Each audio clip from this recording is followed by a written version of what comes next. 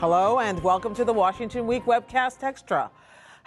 I'm joined around the table by Doyle McManus of the Los Angeles Times, Alexis Simendinger of Real Clear Politics, Jeff Zeleny of ABC News, and Mark Mazzetti of the New York Times.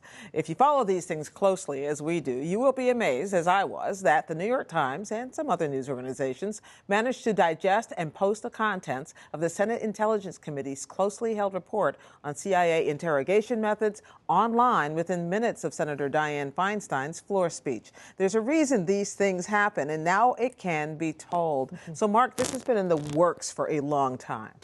Well, so the report itself, we've been waiting for this for months, and we thought we were going to get it in August. It didn't happen. And so as it became close last week, we heard that Dianne Feinstein was going to release the report this week, and we were told that us and several other news organizations, the Los Angeles Times, the Washington Post, and AP, would get an advanced preview. We didn't know how long. We were hoping for several days. It turned out to be about 24 hours. And in that time, we read it. We had a group of people reading it, digesting it. Actually, it was less than 24 hours because we only got it at about 6 p.m.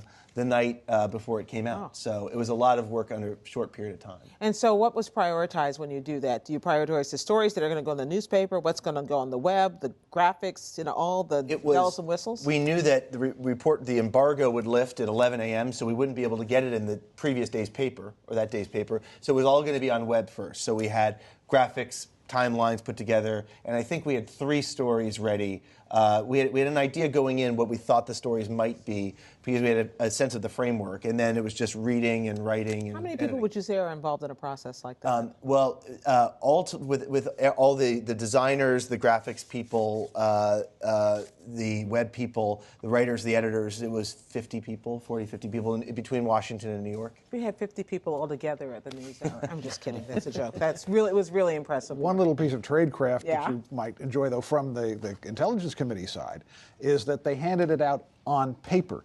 It was all electronic. It was released electronically the next day, but they handed everybody 500 pages on paper. Why? Because there's no way you can email 500 pages of paper to anybody else. Oh, that's amazing. The Xerox machines were the bottleneck was how fast could the Xerox machine. Even Tuesday morning, they had a briefing for the rest of us lower-class reporters, I guess, and it was in the Capitol, but they just handed out copies of the highlights of it. And it was nothing way of doing nothing electronic. So we actually got it, and we're figuring out how to use our fax machine on Capitol Hill to send it back. Wow! If you dial a 9, you dial a 1. I love the way we've got this throwback. I know, right? Jeff, I want to ask, speaking of getting inside things on Capitol Hill, we were just talking during the program about this huge budget bill, the $1.1 trillion bill that everyone's waiting to see what happens.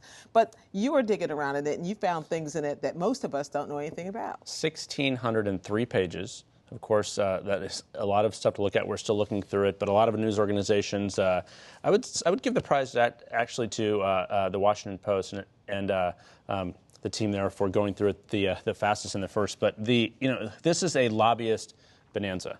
This has been the least effective, one of the least effective Congresses the last 2 years, the 113th Congress has. So finally, at the end of the year, it's time to get everything in there that you can get in there. And one thing that I found interesting, disturbing, why is this in this bill, is something from the trucking industry. Really? The trucking industry was pushing a provision to block a transportation department requirement that requires truckers to get 2 nights sleep before starting a new work week. And this regulation seems like a good thing. Seems like an okay thing. We have regulations for pilots and other things, but this regulation slashed a typical work week for a driver to 70 weeks from 70 hours from 82 hours. So this is actually a boon for the trucking industry who they're trying to drive more and do more things. A setback for so safety. It is an interesting safety thing, but not any questions. I only learned about this actually last night as we were waiting for the House to pass the bill. I was looking through it and I saw it. And a lot of interesting things in there. So I think that is something that's going to pop out a little bit. We hear a lot about Wall Street reform and campaign finance, but this trucking regulation to me popped out as, I wonder what the process was to get this in this bill. Let's go get to the bottom of that.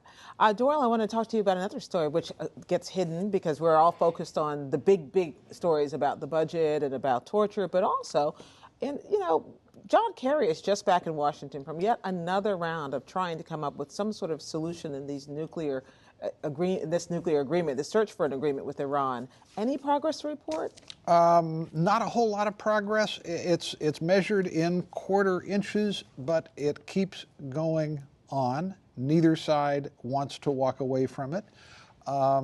Kerry and President Obama say that they still think the chances are no better than 50-50, but this really is the big one. If President Obama could land a big diplomatic achievement in his time in office, this would be it. The problem is the same that it's always been, though, and that is that to get there is going to be very, very difficult politically. Well, is there for both sides, for the Iranians and the Americans. Is there some worry that we're giving the farm away here? That is exactly the charge that's already being made by Republicans and others, and by Bibi Netanyahu, the Prime Minister of Israel, because any deal that's realistic is going to have to let Iran enrich some uranium. The question is, can you keep a ceiling on that uranium? Can you keep it a low level of enrichment so it has to do with academic research and not with weapons? And can you have enough inspections to assure yourself that Iran is always going to be at least 1 year away from a nuclear weapon? Now, that's the stated goal of the administration. Its critics, including Netanyahu and some Republicans, say 1 year isn't enough. But that's sort of what's doable. There's a flip side problem, and that's in Tehran. If you take all of the things we would be asking for, they have a kind of mirror image politics. They have hardliners, too, who are already saying, we're afraid there's a sellout going on here, and we have this moderate president and this very charming foreign minister, and it probably doesn't do him any good that he and Kerry are often in pictures looking as if they get along very well together. And so in Iran, they've got the same problem. Okay. I want to end on a slightly lighter note. Alexis, we watch what the president does with his schedule very carefully just to keep a track of what his strategy is. We saw he talked to Univision this week. He talked to Black Entertainment Television. He parses out his interviews very strategically. But then he went on Stephen Colbert. What was the point of that? Yes. And he's kind of funny. He's pretty funny. He was pretty funny. The White House has had a strategy and continues to have a strategy, especially as President Obama is a lame duck president searching for his audience, that trying to divide and segment the audience is a good thing to do. And Colbert is about, as we know, to leave his Comedy Central and go to the CBS.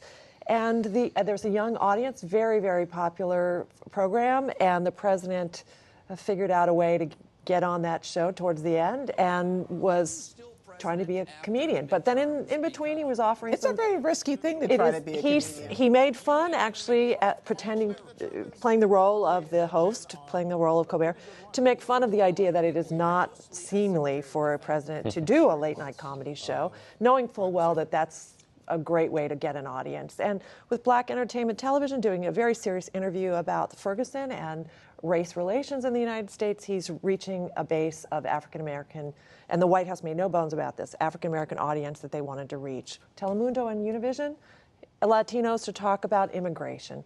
He did, today, Friday, 3 radio interviews. One of them was with ESPN, and the trade-off with ESPN was the president would take some questions about anything they wanted to ask, which turned out to be the politics of NFL. Very serious, interesting.